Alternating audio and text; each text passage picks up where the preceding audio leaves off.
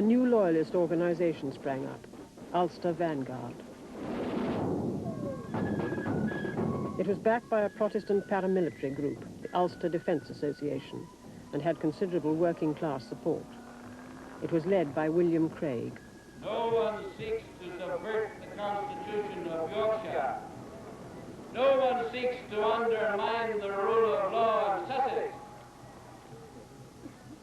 But there are ruthless, wicked people who have consistently for 50 years and more sought to do those very things in Ulster.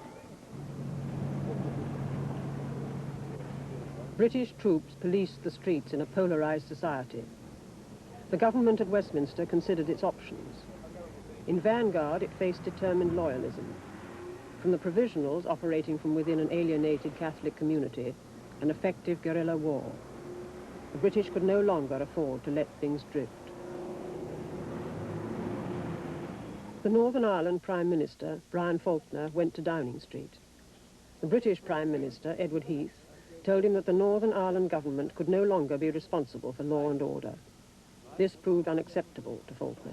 I told him that it would be widely construed as an acceptance of totally baseless criticism of our stewardship, that it would be seen by the IRA and others as a first and major step on the road to a terrorist victory, and that it would leave the government of Northern Ireland bereft of any real influence and authority by removing the most fundamental power of any government. With Faulkner's resignation, Edward Heath introduced direct rule. The Northern Ireland Parliament was suspended. Now the province would be ruled from Westminster.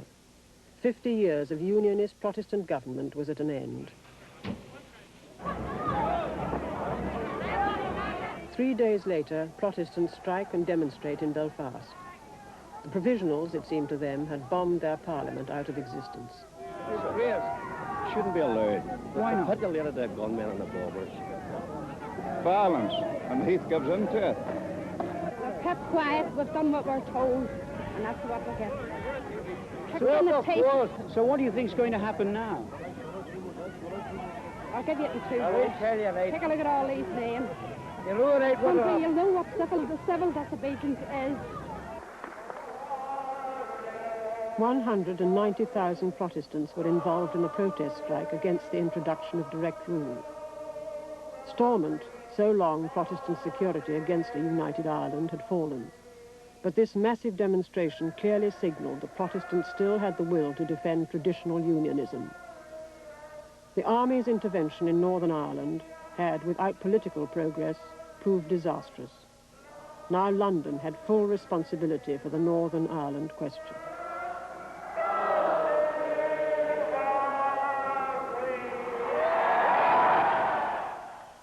The ghettos of Belfast.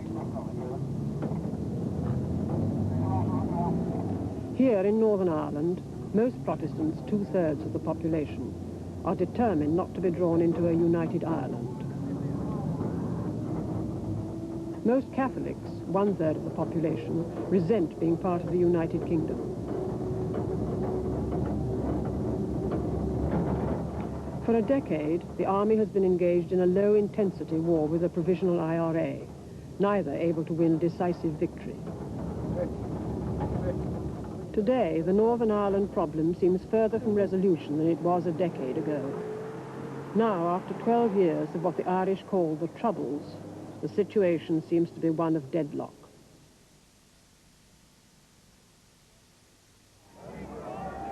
Belfast, 27th of March, 1972. 190,000 people strike in Northern Ireland. The Protestants of Ulster were demonstrating against the introduction of direct rule by the British government. For 50 years, their parliament had protected them against the prospect of a united Ireland. With that now suspended, the British politicians had to be shown the depth of unionist resolve. That is about to be imposed upon us has got to be ignored. William Craig led Vanguard, a new, fiercely loyalist party now commanding great support. It was demanding the destruction of the IRA and was unyielding to Catholic nationalist aspirations. It had the support of the paramilitary Ulster Defence Association. For the traitors they are. This was an impressive and ominous display of Protestant resolve and unity.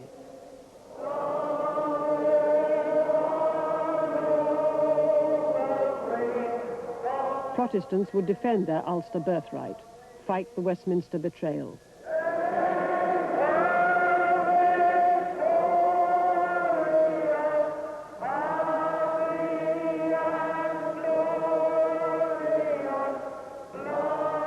It was one thing to give loyalty to the Crown, another to trust the politicians in London.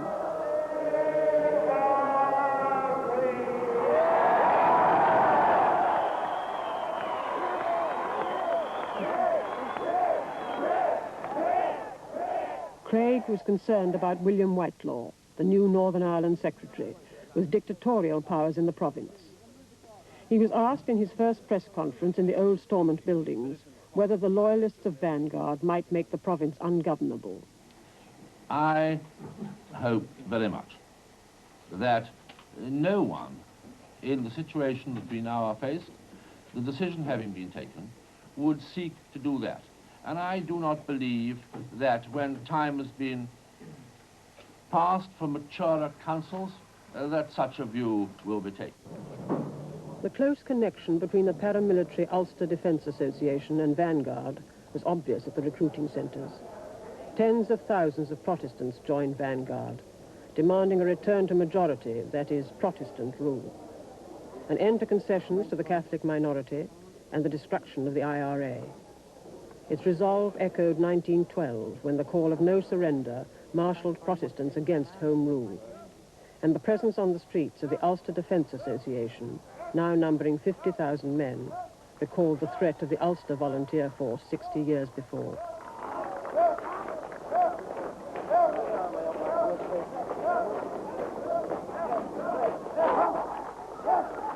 As they marched past the Catholic Unity Flats, they made their feelings clear.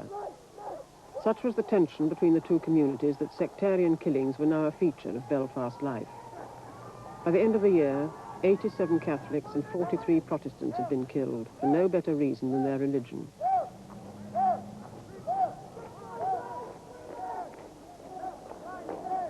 In the Catholic ghettos of Belfast and Derry, provisionals were policing their own areas. For nearly a year, parts of both cities were no-go areas into which neither police nor army were admitted. Provisional checkpoints were a common sight. Then in June, a truce was agreed between the British government and the provisionals. Secret talks involving Whitelaw took place in London. The talks were fruitless and the truce collapsed when fighting broke out on the Lenadoon estate in Belfast. The Northern Ireland Housing Executive had allocated houses abandoned by Protestants to Catholics.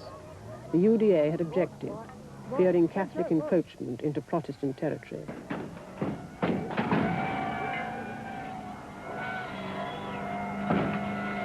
When attempts had been made to move in a Catholic family, the army had intervened.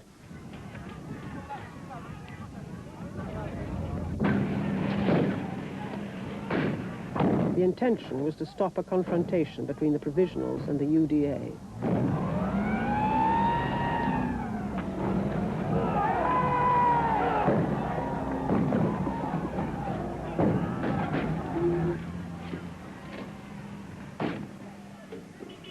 Lorries loaded with Catholic furniture were pushed back by army tenders.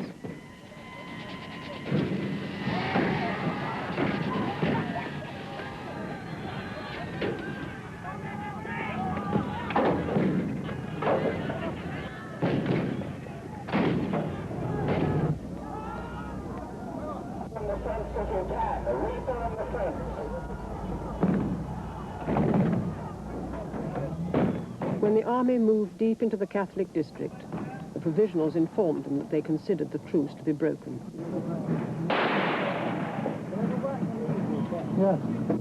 A gun battle broke out.